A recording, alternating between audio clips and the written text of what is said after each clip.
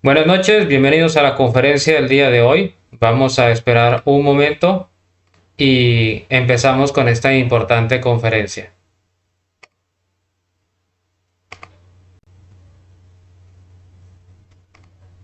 Vamos a esperar un momento, por favor, a que vayan ingresando un par de personas más y vamos a comenzar.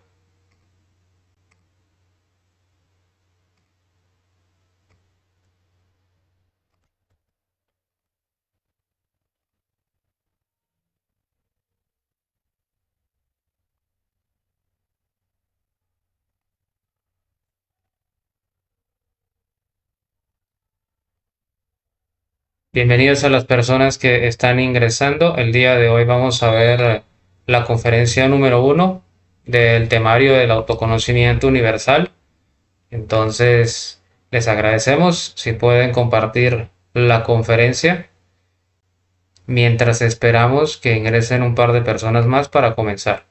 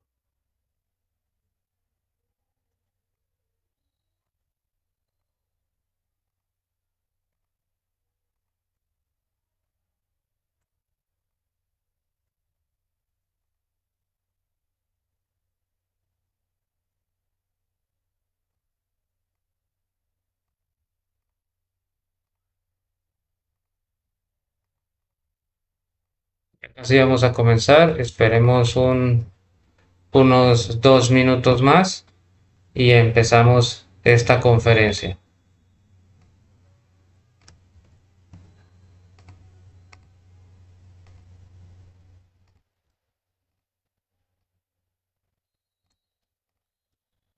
El día de hoy vamos a ver una importante conferencia que nos va a enseñar o nos va a explicar el comienzo de este curso titulado Autoconocimiento Universal, que se trata de conocernos a nosotros mismos para producir cambios en nuestra psicología y para producir cambios en nuestro estilo de vida o en nuestra manera de observar la vida, tanto interna como externa. Y también vamos a ver cuáles son los propósitos o las razones o sus objetivos por los cuales nosotros vamos a practicar las enseñanzas que el autoconocimiento universal nos enseña, valga la redundancia, para tener resultados prácticos sobre nuestra psicología y sobre nuestra vida personal.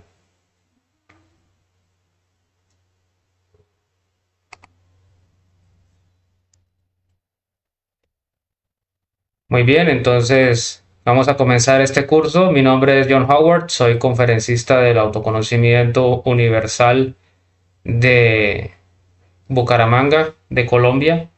Y pues el día de hoy, siendo 15 de noviembre del año 2023, vamos a comenzar el temario virtual, que es el mismo temario que se está dando de manera presencial para todos los alumnos nuevos y para los alumnos más antiguos que quieran volver a comenzar el temario, quieran volver a ver las conferencias. Entonces, vamos a comenzar.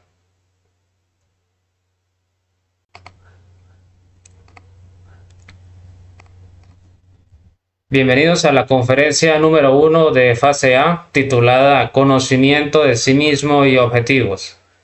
En esta conferencia, como su nombre lo indica, vamos a explicar qué se trata conocerse a uno mismo, cuál es el sentido de este curso o para qué nosotros vamos a estudiar este curso y pues También vamos a explicar los propósitos o los objetivos por los cuales nosotros hacemos este curso, valga la redundancia. Pues es un curso bastante trascendental, es un curso de orden superior y pues el día de hoy vamos a esclarecer estas dudas. Para comenzar, es importante saber qué es conocerse a sí mismo y qué no es también conocerse a sí mismo, ya que nosotros creemos que nos conocemos a sí mismos cuando realmente no lo hacemos o no lo sabemos. Creemos que nosotros nos conocemos a sí mismos porque conocemos un poco, ni siquiera mucho, de lo que es nuestra personalidad. Nosotros creemos conocernos porque al vernos al espejo nos reconocemos. Sabemos quiénes somos, tenemos capacidad de reconocer nuestro rostro, nuestra forma de ser, las cosas que nos gustan, las cosas que nos disgustan. Tenemos un género o sexo, tenemos un lugar de nacimiento, tenemos un nombre, un apellido, etc. Y tenemos cantidades de elementos que no son más que aspectos de una personalidad. Y creemos que por conocer estos elementos, pues nos conocemos a sí mismos, cuando realmente eso no es conocerse a sí mismo. Conocerse a sí mismo es prácticamente autorrealizarse, es conocer lo real que existe en el interior del ser humano, pues el ser humano no conoce ni lo mejor ni lo peor que tiene dentro de su propio universo interior. El ser humano no conoce la realidad que habita dentro de sí mismo y tampoco conoce la oscuridad que habita dentro de sí mismo, pues el ser humano solo conoce lo superficial. Y lo superficial es la personalidad. Y en este curso vamos a aprender a conocer lo real que existe dentro del ser humano, que es su propio ser y su propia esencia, y también a conocer lo más oscuro que tiene el ser humano, que es su propio ego en su propia psicología. Por lo tanto, conocerse a sí mismo es conocer lo más real que tenemos dentro de sí mismos y lograr ser como es nuestro ser. En cierto modo, lograr integrarnos a nuestro propio ser y ser uno mismo con nuestra propia esencia. Tal vez al principio esto nos parezca un poco complicado de comprender, pero a medida que vayamos avanzando en este curso, iremos entendiendo o comprendiendo cómo se hace este proceso. Entonces es importante reflexionar qué es lo fundamental en nuestras vidas, de dónde venimos y para dónde vamos. Todos tenemos unos propósitos de vida, todos nosotros tenemos una razón de existir, o algunos otros también ya habrán perdido la razón de su existir. Y es importante reflexionar sobre a qué hemos venido a este planeta. Algunas personas viven en función de la personalidad, otras personas viven en función de buscar o conseguir dinero, algunas otras buscan méritos académicos o méritos laborales. Otras personas viven en función de los viajes, la familia, otras en función de los placeres, etc. Cada quien puede vivir como le plazca o como desee y es absolutamente respetable. Entonces, todos los seres humanos tienen una razón de existir particular y diferente, aunque por causas diversas, el ser humano cree que no tiene sentido la existencia. Y es importante nosotros reflexionar qué es lo fundamental de nuestras vidas para que nuestra vida cobre propósito o cobre un sentido superior al que ya tiene. Entonces, si nosotros reflexionamos sobre sí mismos y si encontrásemos un objetivo común entre todos los seres humanos para saber cuál es el propósito de nuestra existencia o nuestras existencias, nos daremos cuenta que lo fundamental es conocerse a sí mismo. El propósito de la vida, el sentido de la existencia, es conocerse a sí mismo, porque quien se conoce a sí mismo puede llegar a autorrealizarse. Es decir, que el propósito de la existencia, por lo cual hemos venido a esta superficie o a este planeta o a esta vida, es conocer lo real que hay dentro de nosotros y también conocer lo irreal y engañoso que existe dentro de nosotros mismos. Para esto, pues necesitamos vernos tal cual somos, porque este autoengaño provocado por la personalidad, este autoengaño en que nos encontramos, nos impide ver lo real que hay dentro de nosotros. Nosotros tenemos muchos conceptos de sí mismos, nos creemos siempre buenos, santos, diligentes, pacientes, amorosos, y nos creemos llenos de virtudes sin ningún defecto o con uno que otro defecto. Y esto impide ver la realidad de lo que somos nosotros profundamente, lo que somos nosotros realmente. Entonces, si nosotros queremos comenzar a conocernos a sí mismos, tenemos que escarbar en nuestra psicología y encontrar lo verdadero que hay dentro de nosotros y lo crudo que hay dentro de nosotros, por lo cual nos daremos cuenta que no somos tan buenos como creemos ser y no somos tan correctos como creemos ser.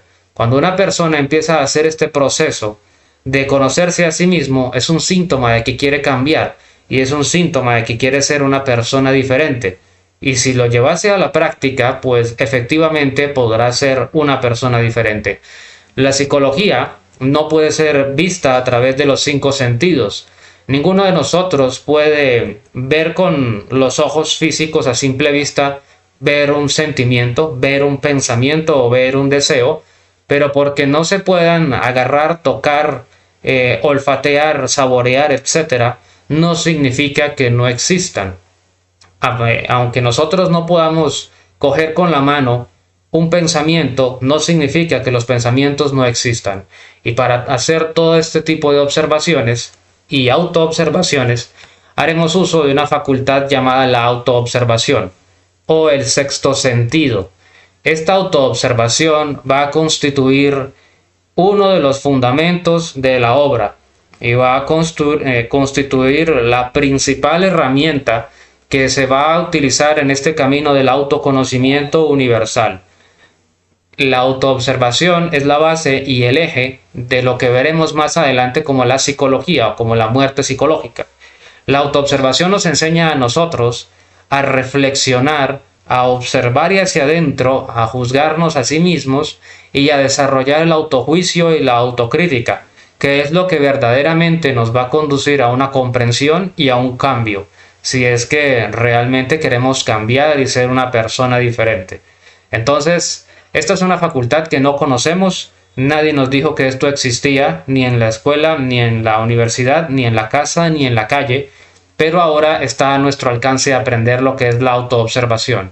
Así como hacia afuera podemos fijar nuestra atención en alguna cosa u objeto, también podemos fijar la atención hacia adentro. Y una vez nosotros empecemos a dirigir la atención hacia adentro de nuestra psicología, pues empezaremos a poder comprender y cambiar. Empezaremos a poder hacer estudios sobre nosotros mismos para descubrir cosas que ni siquiera sabíamos que teníamos o cosas que ni siquiera sabíamos que existían. Esta es una forma de vernos crudamente o encontrarnos o chocarnos con la realidad interior. Entonces, en el antiguo templo del venerable maestro Apolo en Grecia, en Delfos, había una frase que decía "Nose te ipsum", y el maestro Apolo le decía: hombre, conócete a ti mismo y conocerás el universo y a los dioses. Este universo del que hablamos hace referencia al universo interior y al universo exterior. Los dioses están tanto adentro como afuera del ser humano. Entonces, cualquier ser humano que quiera conocer las galaxias, los soles, los planetas, los asteroides, los sistemas solares, etc., para conocer el universo externo, primero tiene que conocer el universo interno. Para conocer los mundos externos, tiene que primero conocer los mundos internos. Y para eso es que necesitamos realizar la autoobservación para liberar y emancipar la conciencia que nos va a permitir hacer este trabajo de conocer el universo interior. Entonces, dentro de nosotros habitan todo tipo de cosas, hasta el momento desconocidas, pero que serán reveladas si nosotros realizamos las prácticas que nos enseña este conocimiento. Cuando hablamos acerca de los dioses existen dentro del ser humano y dentro del mismo planeta o fuera del ser humano. Cuando hablamos en el interior del ser humano, no es exactamente en alguna parte del organismo de huesos, músculos, arterias, vasos, etc. Hablamos de dimensiones internas.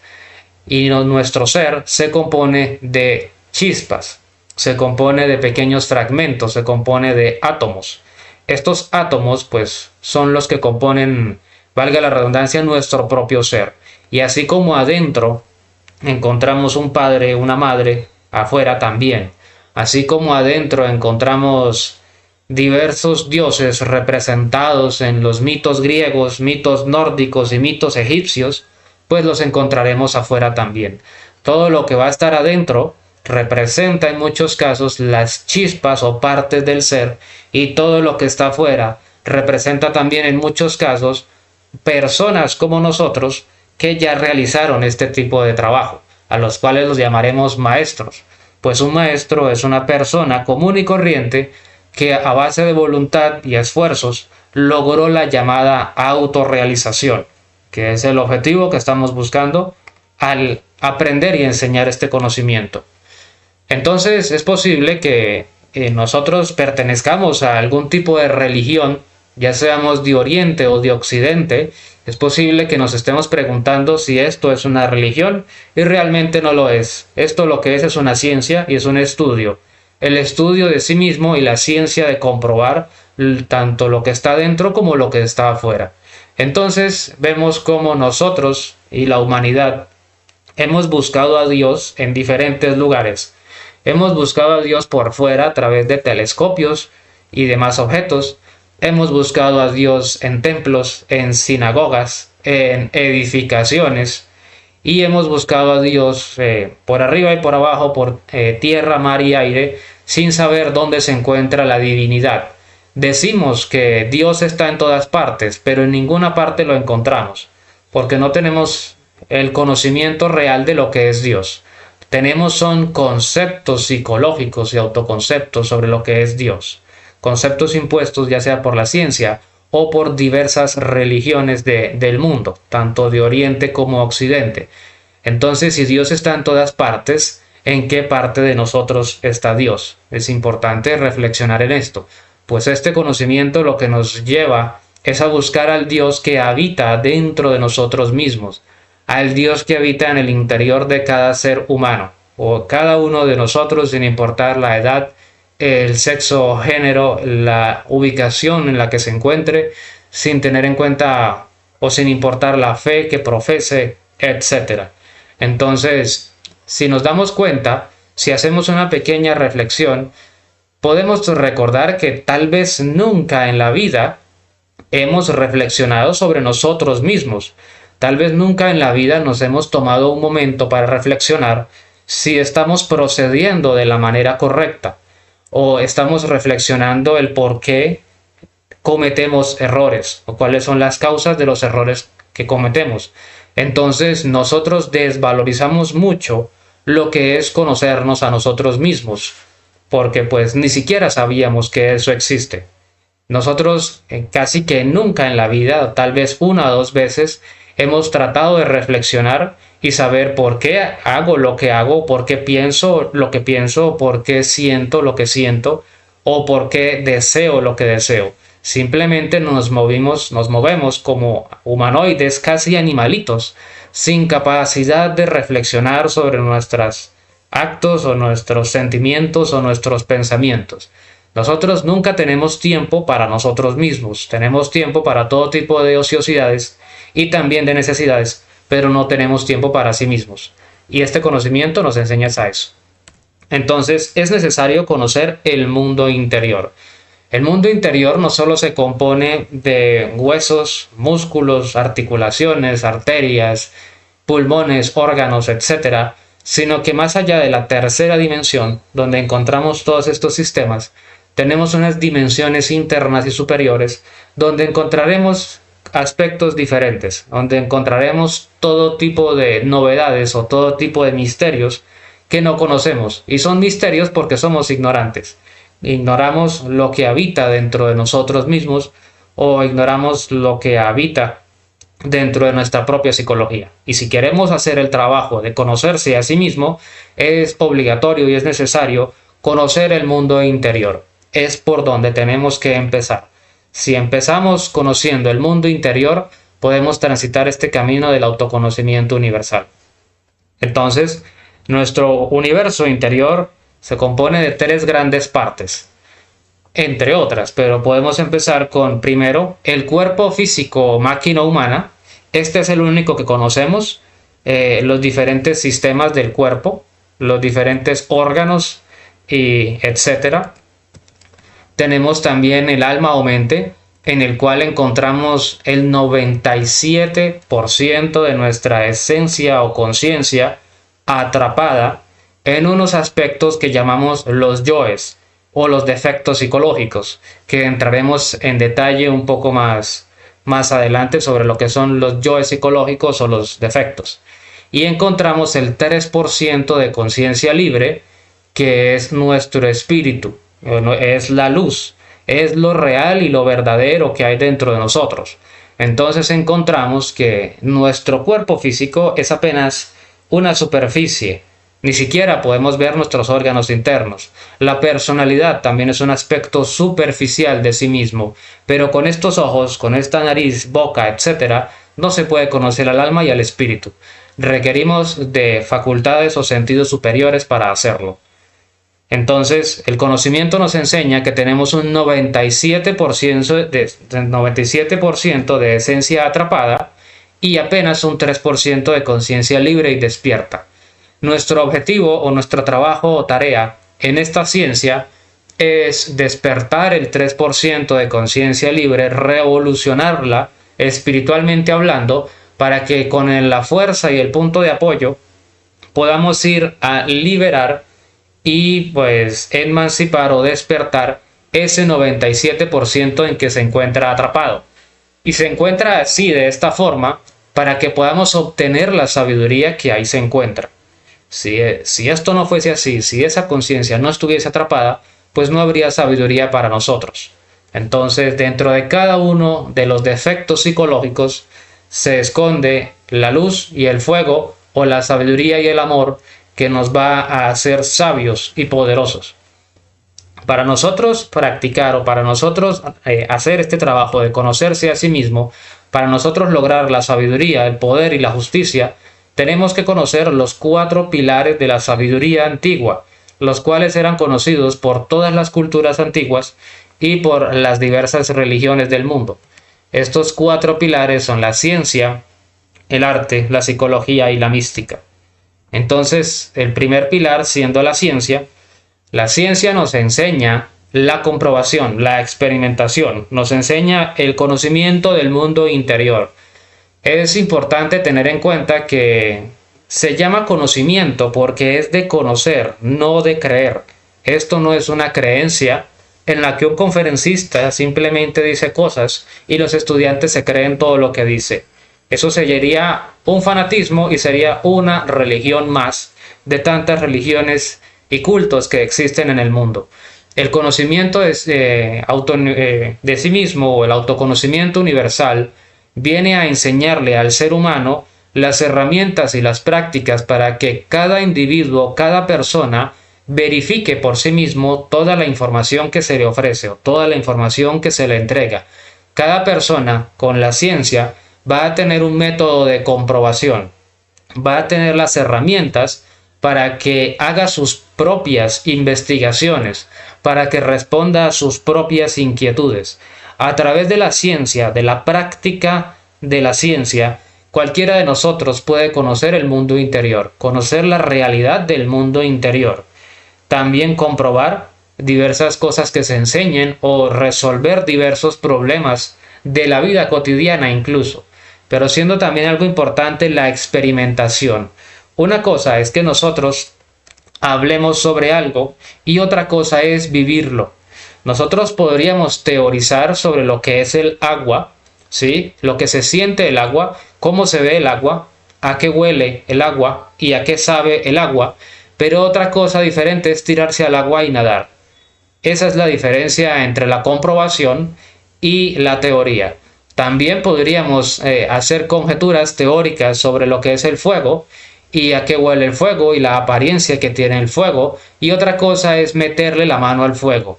He ahí la diferencia entre teoría y práctica, y al estudiante se le enseña la práctica, que si hablamos de los mundos internos, no se quede en solo un concepto, sino que el alumno o estudiante pueda practicar y estar allá personalmente. No en carne y hueso, porque allá no existe la carne y el hueso, pero sí puede estar personalmente, frente a frente, con su propia realidad. Para esto vamos a enseñar unas prácticas como son la relajación, la concentración, el desdoblamiento astral, la meditación, la negociación del karma, la cancelación del karma, entre otras cosas. El estudiante puede utilizar la práctica del desdoblamiento astral y comprobar e investigar lo que desee.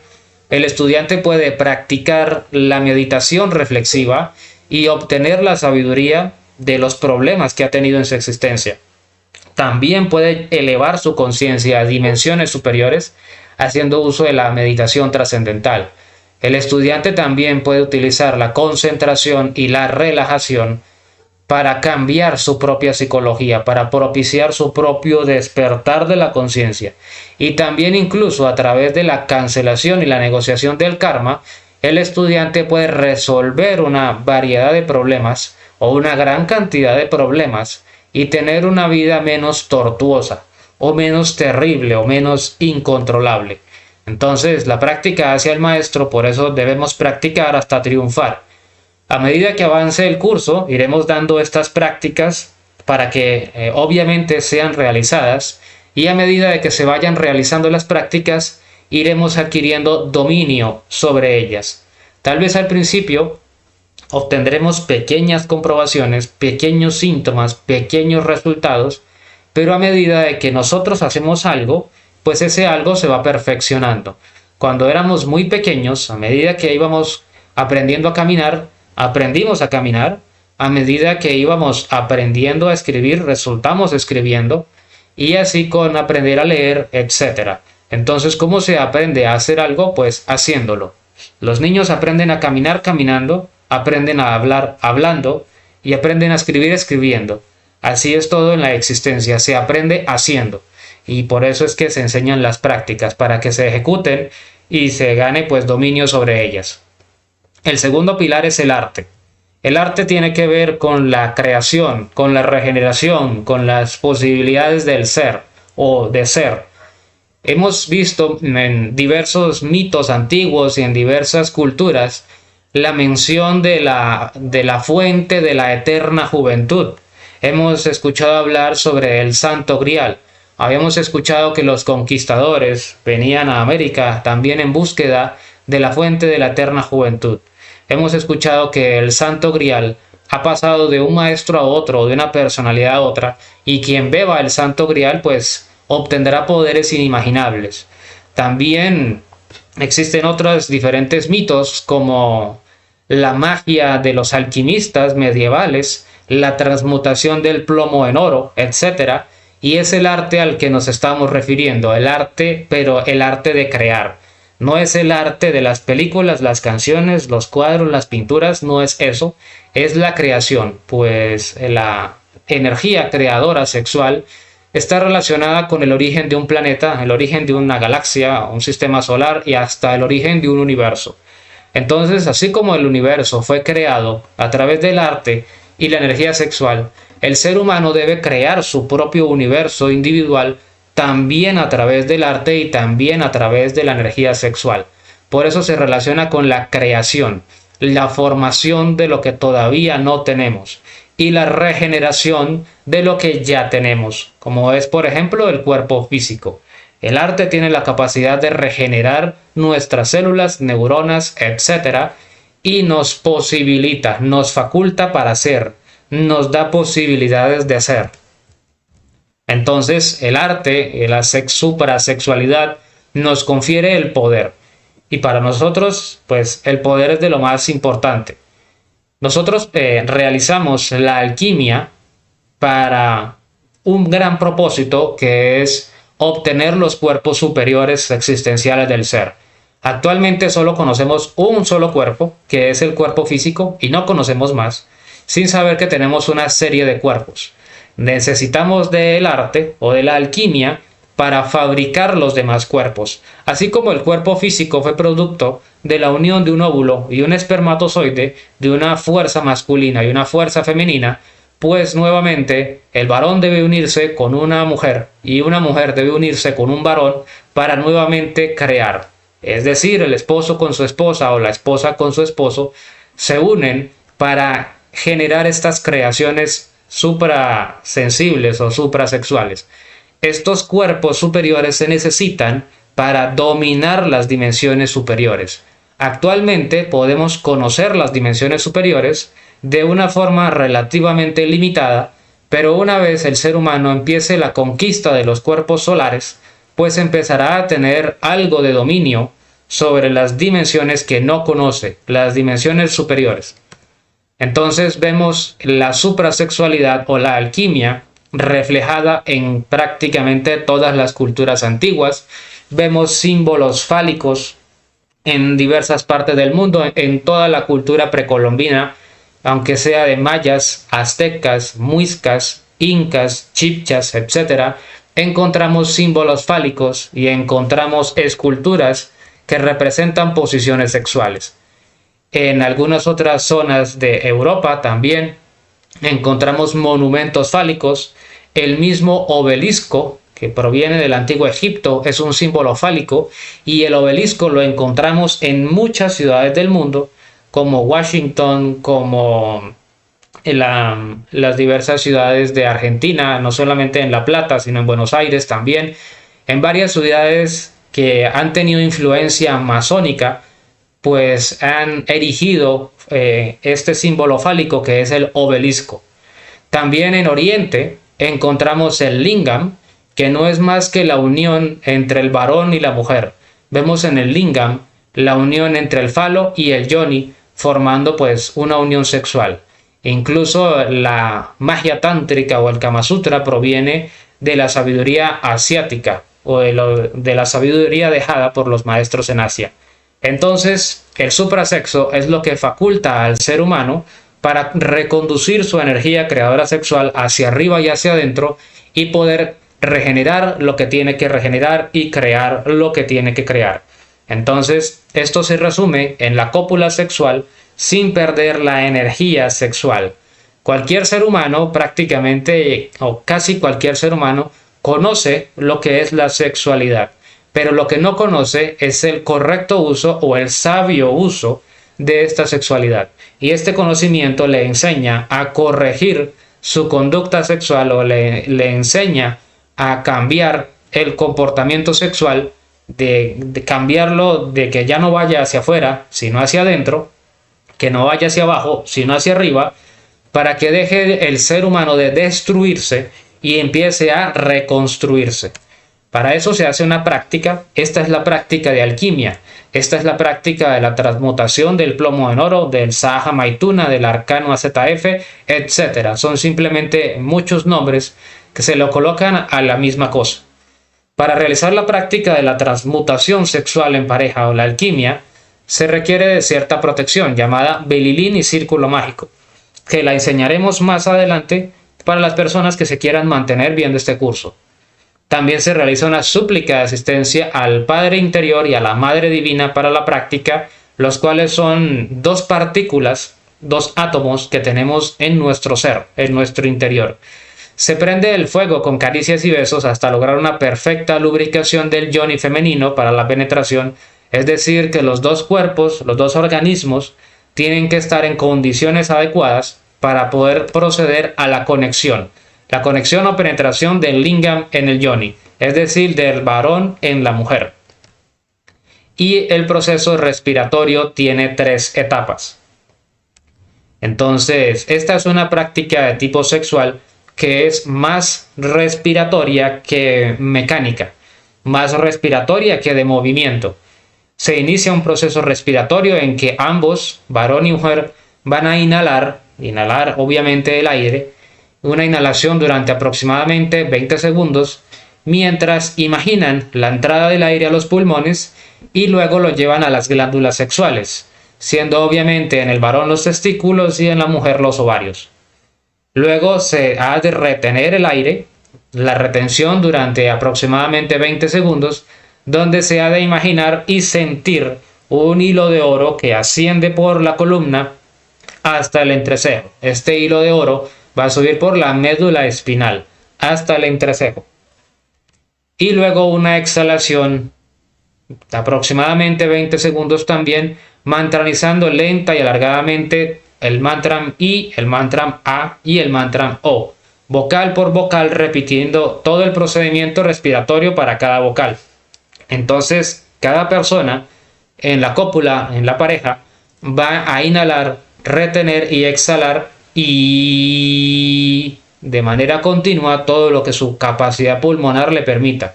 Luego nuevamente inhala, retiene y exhala. A.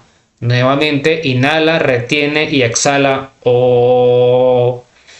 Vocal por vocal, repitiendo todo el procedimiento. Y una vez ha vocalizado la O, nuevamente repite la I, nuevamente la A y nuevamente la O. Todo lo que su potencia sexual le permita o lo que le dure. Ya sabemos que los mantras pues son unas palabras de poder y son sonidos que producen efectos dentro del cuerpo humano. Y al final pues es necesario retirarse sin derramar la energía, desconectarse de la pareja sin expulsar la energía fuera del cuerpo, que es lo más importante de esta práctica. Ahora vamos a ver el tercer pilar, que es la psicología. La psicología nos enseña lo que son los defectos psicológicos. Muchos defectos psicológicos, muchas personas dentro de nosotros mismos. Lo que vamos a llamar los yoes son como habitantes de nuestra propia psiquis, de nuestra propia mente o nuestra propia psicología. Es como si tuviéramos a muchas personas diferentes habitando dentro de nosotros mismos. A pesar de que todos los días tenemos la misma cara, todos los días tenemos el mismo nombre, no todos los días somos la misma persona, ya que siempre somos una persona diferente, nunca somos un individuo. Como nosotros estamos engañados por la personalidad, creemos que somos la personalidad, pues no tenemos la capacidad de, o no teníamos la capacidad de ver a los yoes. Pero ahora con la autoobservación empezaremos a encontrar todos estos detalles que se mueven a lo largo de nuestro universo interior y se mueven a través de deseos, de sentimientos, de pensamientos, de obras, de palabras y de omisiones. Entonces es posible que todos los días seamos Juan, pero un día somos Juan lujuria, o Juan pereza, o Juan codicia, o que un día seamos María, pero un día somos María envidia, al otro somos María gula, al otro somos María lujuria, etc.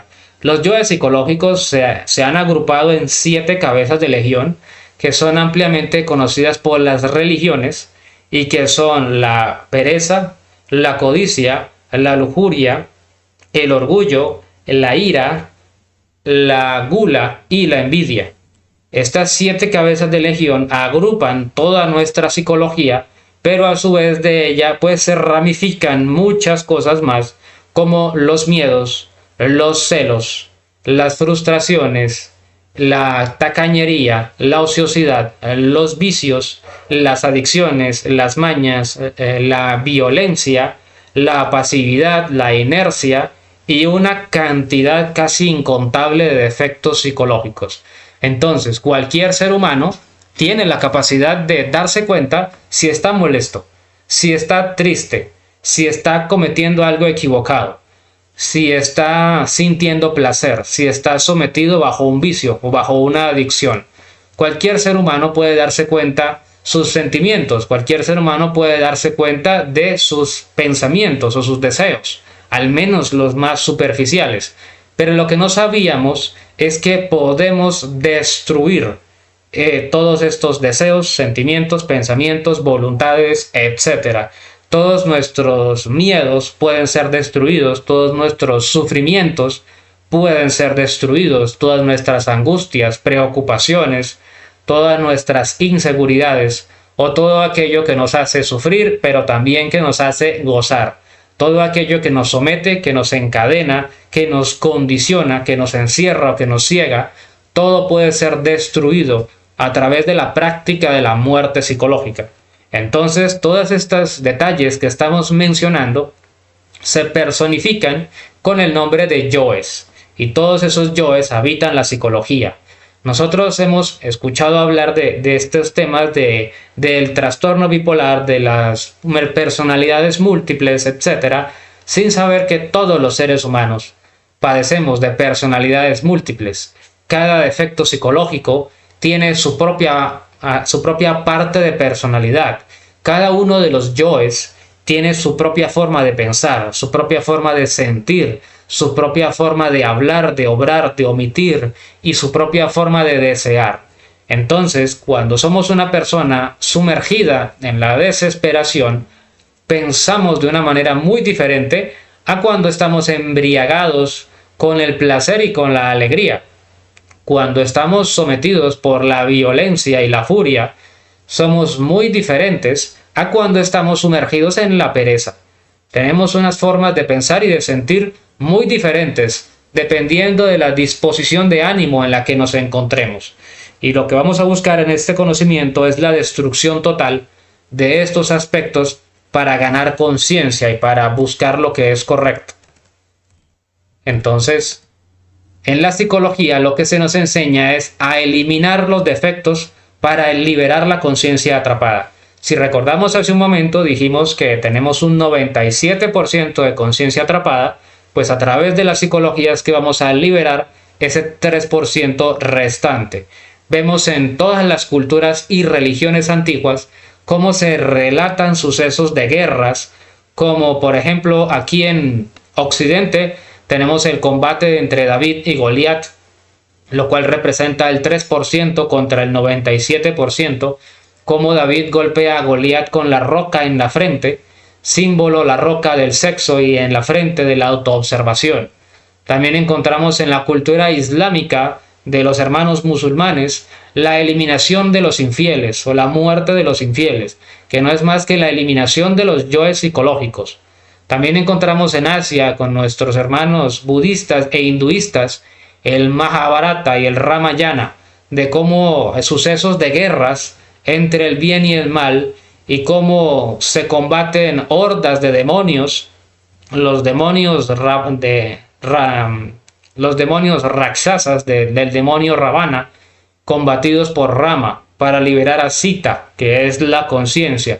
Entonces, en todas las culturas antiguas vemos relatos de guerras, de luchas y combates entre ángeles y demonios, entre infieles y correctos, etc., que lo que hacen es retratar la guerra que tenemos que desatar contra nuestra propia psicología, contra los defectos psicológicos que están en nuestra propia psiquis, que son pues obviamente individuales.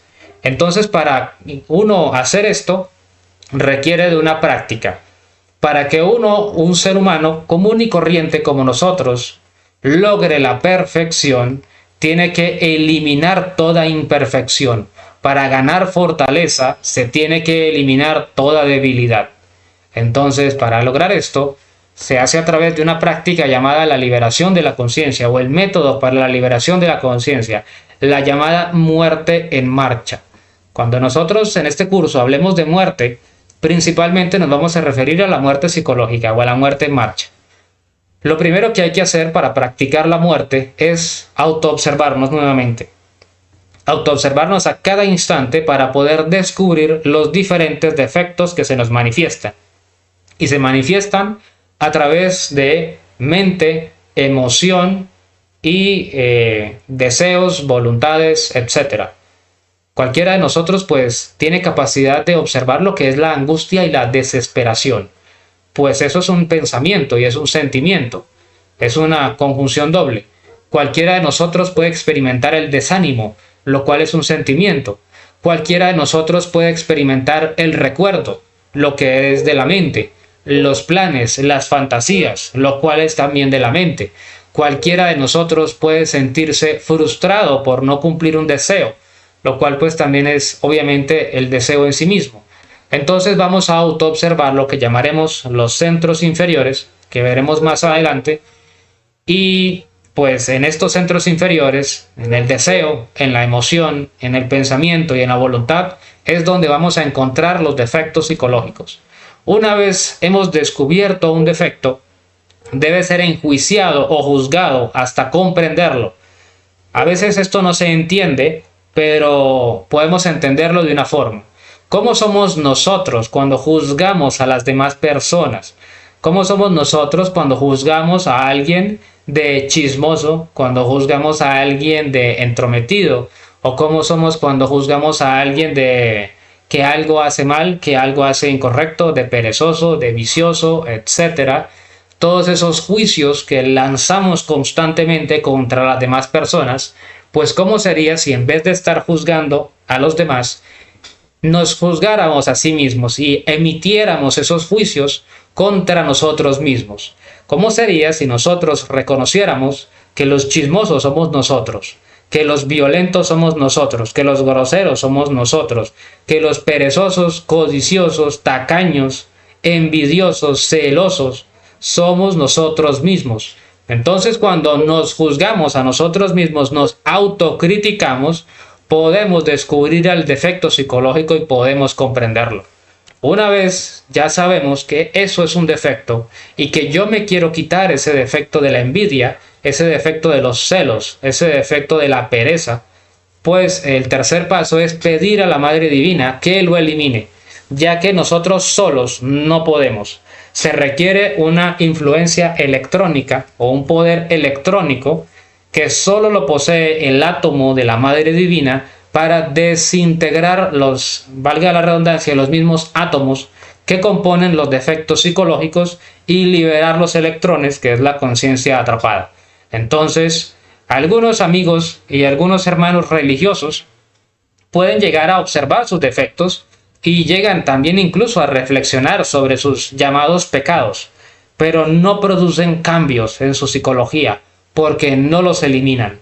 Y de nada sirve observar y comprender algo si no se quiere eliminar eso que se está viendo. Entonces es indispensable el tercer paso de pedir a la Madre Divina que elimine aquella cosa que hemos observado. La Madre Divina también ha sido ampliamente retratada en todas las culturas antiguas, en todas las latitudes del planeta y en todas las épocas de la historia. La Madre es uno de los átomos o aspectos más puros que habita en nuestro interior. Entonces aquí en la religión occidental, la que posiblemente sea la que conocemos, pues la conocemos como la Virgen María, la conocemos como la Virgen de Guadalupe, entre algunos otros nombres de vírgenes, la Estela Maris, etc., la Virgen de los Navegantes. En las culturas precolombinas la conocemos como la Pachamama, como Tonantzin, como Coatlicue, y diferentes nombres, tanto para la cultura azteca, maya, inca, etc. Y la Madre Divina siempre se retrata de diferentes maneras, pues tiene diferentes aspectos. A veces es una diosa de la fertilidad y la fecundación, a veces es una diosa del hogar, a veces es una diosa de guerra y de combate, con armas, especialmente lanzas y diferentes tipos de armas. Y la vemos también en culturas antiguas como Grecia y Egipto, como en Egipto como la diosa Isis, Sekhmet, Hathor, Neftis, entre otros nombres que son aspectos de la Madre Divina. En la antigua Grecia la vemos como Atena o Atenea, la encontramos como Hécate o Perséfone, Proserpina, la encontramos como Cibeles, como Rea, como Hera, la esposa de Zeus, entre muchos otros nombres que reciben las diversas caras o los diversos aspectos de la Madre. Y también en la cultura china la encontramos como la diosa Nuwa, y en la cultura de los hermanos hinduistas y budistas, especialmente hinduistas y en casi toda Asia, encontramos a la diosa Durga, a la diosa Devi Kundalini Shakti, a las esposas del señor Shiva, a la madre Parvati, a la madre Saraswati, a la madre Devi Kundalini, a la madre Kali, entre muchas otras que son representaciones de lo mismo, un átomo, una partícula trascendental e importante que vive dentro de nosotros. Y es a quien le vamos a pedir la muerte de los defectos psicológicos. Entonces, con este simple procedimiento podemos ir cambiando nuestra forma de ser, eliminando detallito por detallito. Si nosotros queremos ser una persona diferente, Si sabemos que en nuestro interior hay algo que no está bien, hay algo que está mal, hay algo que quisiéramos cambiar, tenemos que empezar poco a poco, detalle por detalle. Y esto se hace pues a través de la práctica de la muerte. Es importante que no le restemos valor a las prácticas por ser tan sencillas. Son sencillas porque son de la conciencia. Quien busca cosas complicadas es la mente. Quien busca rituales, procedimientos técnicos, quien busca protocolos mentales y cosas extensas y complicadas es la mente y el orgullo de cada uno de nosotros. La conciencia es simple, la conciencia es sencilla. Entonces, es necesario practicar de una manera simple y sencilla para ver los cambios contundentes. Y el cuarto pilar es la mística. La mística es prácticamente la capacidad de hacer el amor en las obras. El amor no es lo que nosotros creemos. Nosotros creemos que las mariposas en el estómago son el amor. Creemos que el apego es el amor. Creemos que las lágrimas y los sentimentalismos y la manipulación y el chantaje emocional, creemos que eso es amor y realmente no lo es. El amor tiene mucho que ver con las obras y tiene mucho que ver con el sacrificio. Tiene mucho que ver con el aspecto de la enseñanza. Entonces, el amor es la capacidad de que cada ser humano puede hacer. La mística es el amor que se le pone al trabajo. Por eso, cuando se trabaja o el trabajar, hace desarrollar el amor por el trabajo. ¿Y cuál es el trabajo? El interior y el exterior. Existe amor al trabajo interior y exterior. Amor a los tres factores. Amor a lo de adentro, que va a ser la muerte y el nacimiento, y a lo de afuera, que tiene mucho que ver con el sacrificio por la humanidad. El sacrificio no es más que el compartir este conocimiento para que otras personas puedan ser beneficiadas de lo que también es muerte y nacimiento. Como lo acabamos de ver hace un momento, el arte es el nacimiento y la psicología es la muerte. Entonces, en resumen, la mística es el amor que se le pone al trabajo y la mística es la capacidad de hacer. Ahora vamos a ver la segunda parte, que es los objetivos del conocimiento de sí mismo o el autoconocimiento universal. El primer objetivo es la autorrealización del ser. Esto es regresar a nuestro punto de partida. Esto es volver de donde venimos o volver de donde salimos.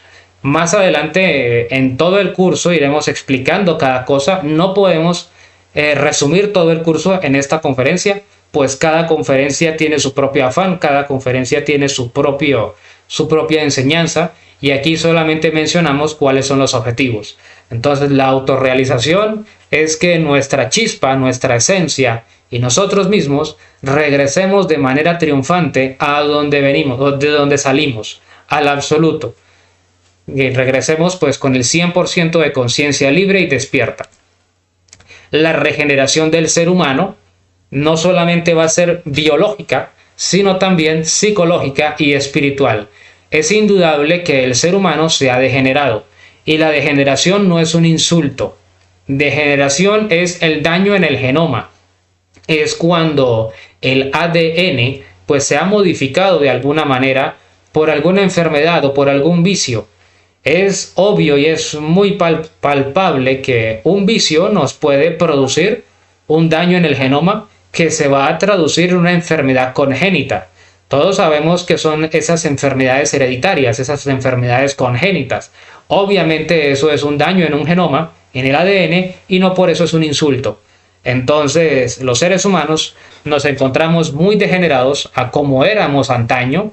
Antaño un varón podía cargar una espada de 30 kilos por un desierto, ir a enfrentarse a una guerra casi sin comer y regresar, y hoy en día caminamos 100 metros y ya casi que nos da una taquicardia.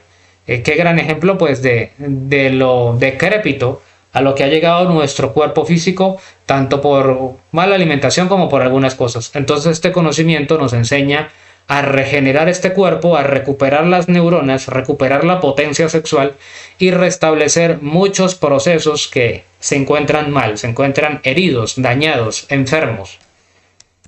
La liberación de nuestra conciencia es el tercer objetivo. Como ya lo vimos, tenemos que liberar el 97% atrapado, tenemos que integrar todas esas chispas que se van liberando iremos pasando de un 3% a un 4%, a un 5%, etcétera, de una manera gradual. Y tal cual como un proyector, como una luz, mientras más luz tengamos, mayor capacidad tendremos de ver. Una cosa es entrar a una habitación oscura con un fósforo, cerillo, etcétera, y otra cosa es ingresar a una habitación oscura con una linterna, y otra cosa con una antorcha, y otra cosa con una bombilla o un bombillo. Entonces, a medida de que más conciencia tengamos, pues más se podrá explorar tanto adentro como afuera. A mayor luz, mayor iluminación, aunque parezca redundante. La verdadera iluminación pues viene de esto, de la liberación de la luz, la cual está atrapada en las tinieblas, que son los mismos de efectos psicológicos. También otro objetivo es la creación de los cuerpos existenciales superiores del ser. Tenemos 7 cuerpos, que son el físico, el vital, el astral, el mental, el causal, el búdico y el átmico, de los cuales no conocemos sino el físico nomás. Es como si viviéramos en una gran mansión con 7 naves o 7 vehículos parqueados, de los cuales no sabíamos que existían 6 de ellos. Vemos la creación de los 7 cuerpos representados en las 7 serpientes levantadas por el maestro Buda, el maestro Siddhartha Gautama, allá en Asia, nacido en Nepal, en lo que hoy en día es Nepal. Entonces, nosotros tenemos que ser capaces de crear estos 7 cuerpos para tener dominio y poder sobre las 7 dimensiones básicas de la naturaleza. Así como nosotros necesitamos de un automóvil para andar por la tierra, necesitamos de un barco para andar por el agua, necesitamos de un avión para andar por el aire, también necesitamos de cada cuerpo para andar por cada dimensión. Ahorita tenemos unos aspectos muy incipientes, muy embrionarios, que sirven para investigar, pero necesitamos tener control y dominio. También vamos a conocer todas las leyes. Ese es uno de los objetivos por los cuales conocerse a sí mismo. Y las leyes no son las leyes humanas, no son la ley del hombre que se compra y se vende. Es la ley del universo, las diversas leyes que rigen la creación. Las leyes del universo son una mecánica, son un engranaje que está dispuesto para ejercer control, para poder controlar al universo y que haya orden. Y algunas de estas leyes las vemos muy claramente en Asia, en nuestros hermanitos asiáticos, cómo las reflejan en la rueda del samsara, cómo las reflejan en la rueda del dharma, demostrando que ellos tuvieron este conocimiento.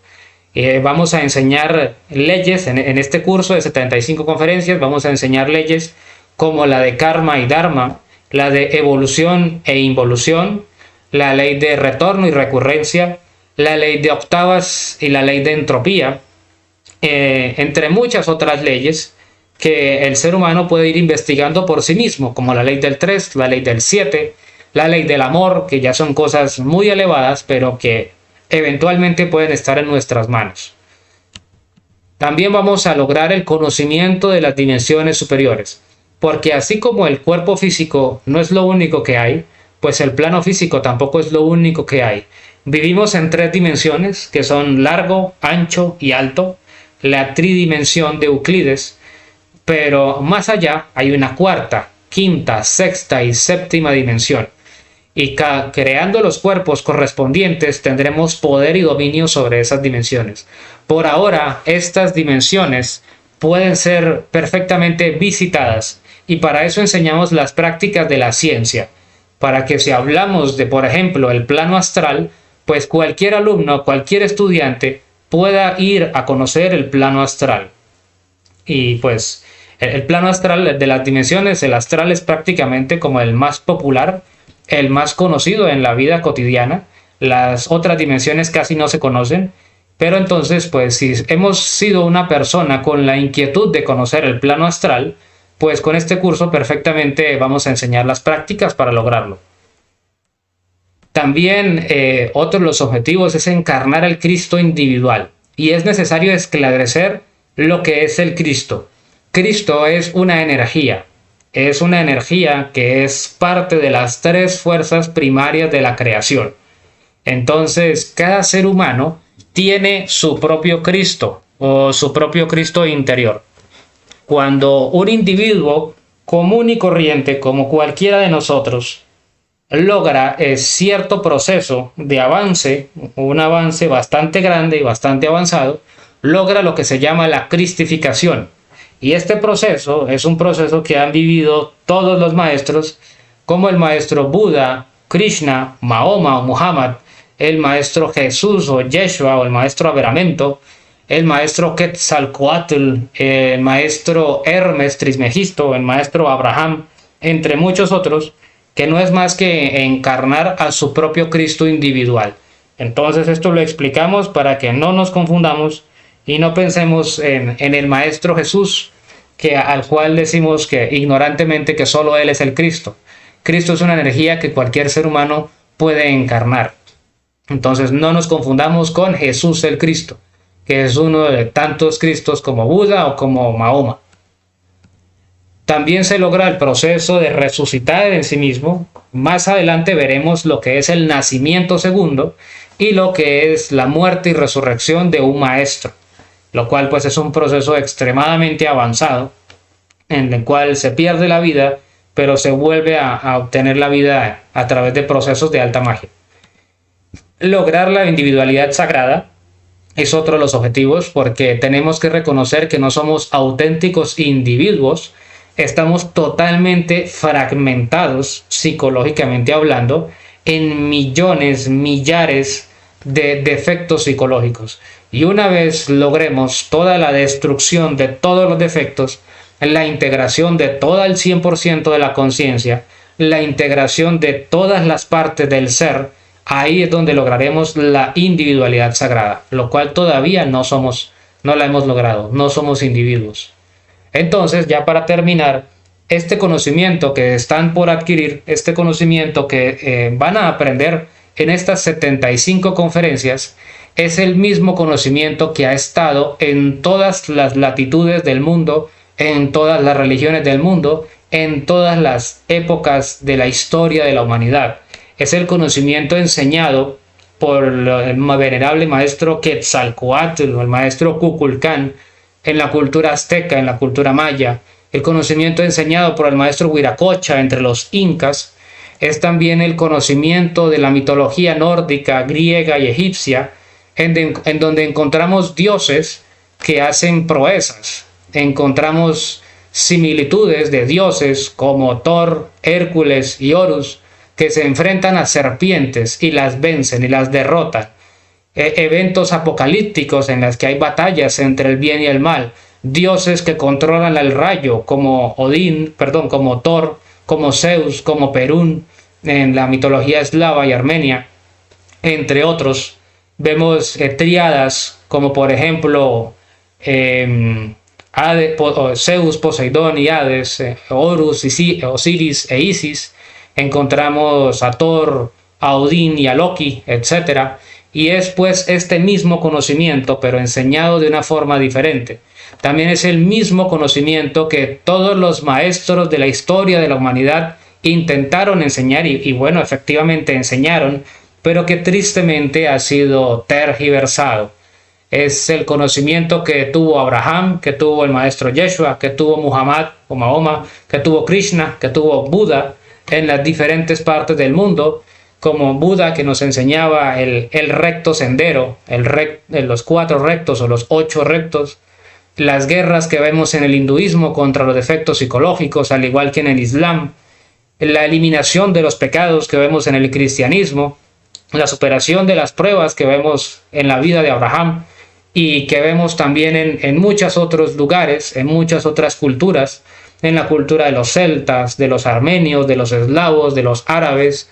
Encontramos diferentes maestros turcos como el venerable maestro Apolonio de Tiana, maestros chinos como Lao Tse, maestros japoneses como Fuxi, maestros egipcios como Hermes Trismegisto, maestros afganos como Zoroastro o Zaratustra. Entonces, esto que vamos a enseñar en estas 75 conferencias es el conocimiento que siempre tuvo la humanidad. Por esto, este conocimiento es de ustedes, de nosotros, de la humanidad. Este conocimiento no tiene nombre, es el conocimiento de uno mismo, el autoconocimiento universal, que se remonta a épocas insondables.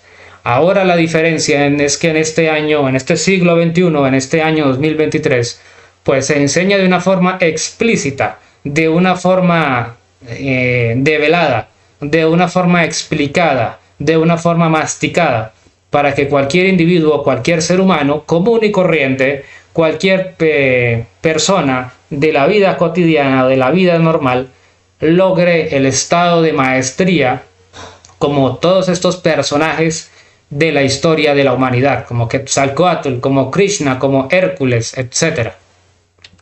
Entonces se dictan 75 conferencias prácticas de entrada libre y completamente gratuita, repartida en estos 4 pilares del conocimiento para todos los interesados.